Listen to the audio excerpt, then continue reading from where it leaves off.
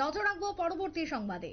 বাংলা সংস্কৃতি বলয়ের বর্ষপূর্তি ঠিক 2023 সালে শুরু হয়েছিল এই সময়ে বাংলা সংস্কৃতি বলয়ের সাপ্তাহিক সংস্কৃতি হাটে, এবং তার এক বছর পূর্তি উপলক্ষে রাজ্যের মধ্যে সর্ববৃহৎ সাংস্কৃতিক কর্মকাণ্ডের আয়োজন করেছে বাংলা সংস্কৃতি বলয়।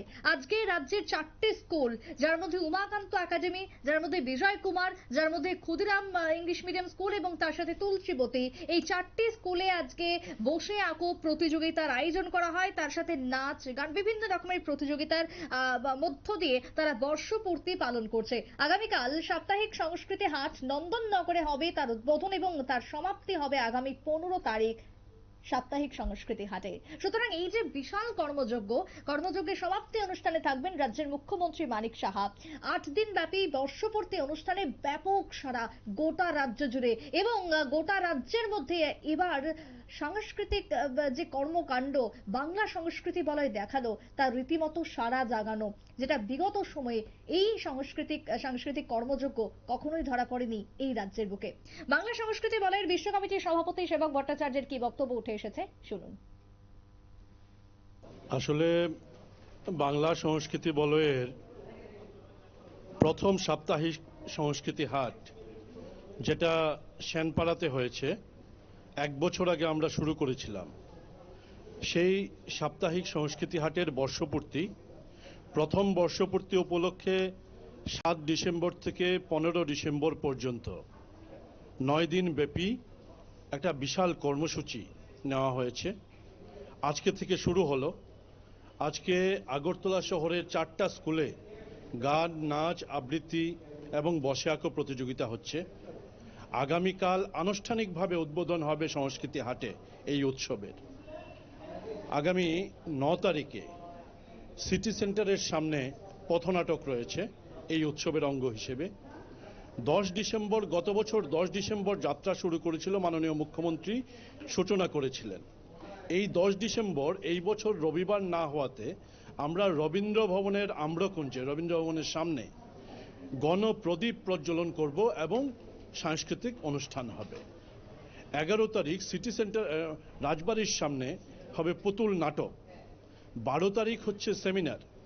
সন্মাত্রানন্দ মহারাজ, অশেষ গুপ্ত, ইমদাদুল হক এবং সানিদ দেবরায়, এই 4 জন এই আলোচনা চক্রে স্পিকার হিসেবে উপস্থিত থাকবেন। সুকান্ত একাডেমিতে সন্ধে 6টায় এই সেমিনার অনুষ্ঠিত শুরু হবে। 13 তারিখে বাদারঘাট চৌমুহনীতে হবে আরেকটি পথনাটক। 14 তারিখে জিবি বাজারে হবে আরেকটি পথনাটক। 15 তারিখে এ যাবৎ ত্রিপুরা রাজ্যের লেখক শিল্পীদের যে সমাগম হয়েছে, তার মধ্যে সর্ববৃহৎ সমাগম হবে আগামী 15ই ডিসেম্বর তারিখে। লেখক, শিল্পী, শিল্পানুরাগী মানুষ, সমাজসেবক, বিজ্ঞানকর্মী, সাধারণ মানুষ যারা সংস্কৃতিকে ভালোবাসেন, তাদের বৃহত্তম সমাবেশ হবে শ্যানপাড়ার সংস্কৃতি হাটে। ওই দিন ত্রিপুরার মাননীয় মুখ্যমন্ত্রী, যারা হাত ধরে যাত্রা শুরু হয়েছিল এই সংস্কৃতি হাটের, প্রফেসর ডক্টর মানিক সাহা ওই দিন থাকবেন। অন্যান্য মন্ত্রীরা থাকবেন, প্রশাসনিক আধিকারিকরা থাকবেন, এবং ত্রিপুরা সংস্কৃতি জগতে এক নতুন যাত্রা হবে। আমরা এটাকে আখ্যায়িত করছি ত্রিপুরা সংস্কৃতিতে সাংস্কৃতিক কুম্ভ উৎসব হিসেবে। এই বিশাল কুম্ভ উৎসব, যেটা মানুষের হৃদয়কে স্পর্শ করবে। সংস্কৃতি চর্চা মানে শুধুমাত্র আনন্দ ফুর্তি করা না।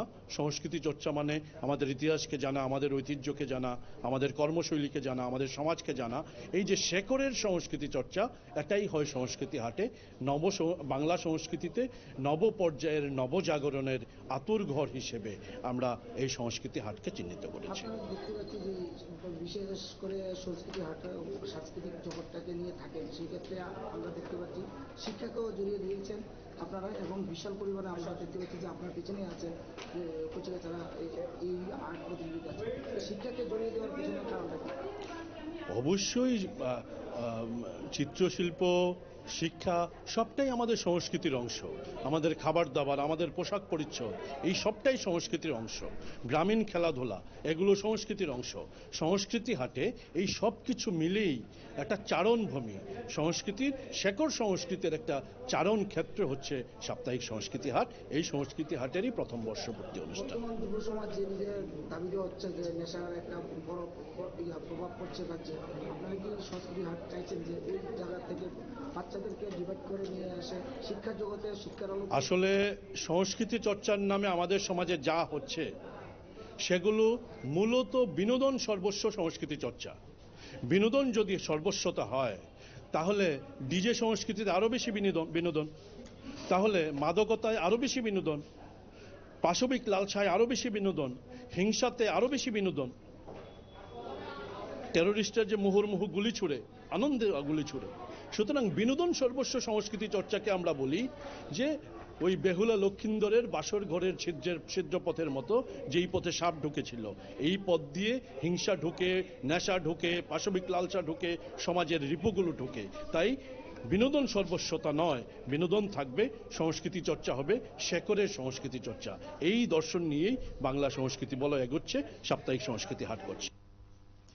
আপনারা শুনলেন বাংলা সংস্কৃতি বলয়ের পক্ষ থেকে সভাপতি সেবক ভট্টাচার্যের বক্তব্য। অর্থাৎ এই যে শেখরের সংস্কৃতি, সেই সংস্কৃতির চর্চাই হয় আগরতলার নন্দননগরের সেনপাড়ার সাংস্কৃতিক হাটে, সাপ্তাহিক সংস্কৃতি হাটে যে বিশেষ আয়োজন, সেটা শেখরের সংস্কৃতিকে তুলে ধরা এবং সংস্কৃতির চর্চা, যুব সমাজকে সাংস্কৃতিকের মধ্যে তুলে ধরা, সমস্ত কিছুকে মিলিয়ে এই হাটের উদ্বোধন এবং এই হাটের আজকে বর্ষপূর্তি। আগামী 15 তারিখ যার সমাপ্তি অনুষ্ঠান রয়েছে, উপস্থিত থাকবেন রাজ্যের মুখ্যমন্ত্রী এবং এই সাংস্কৃতিক কর্মযজ্ঞ রাজ্যে চলতে থাকবে বছরের পর বছর, এমনটাই জানান দিচ্ছেন কর্তৃপক্ষ। ছোট্ট একটা বিরতির পর ফিরবো, সঙ্গে থাকুন।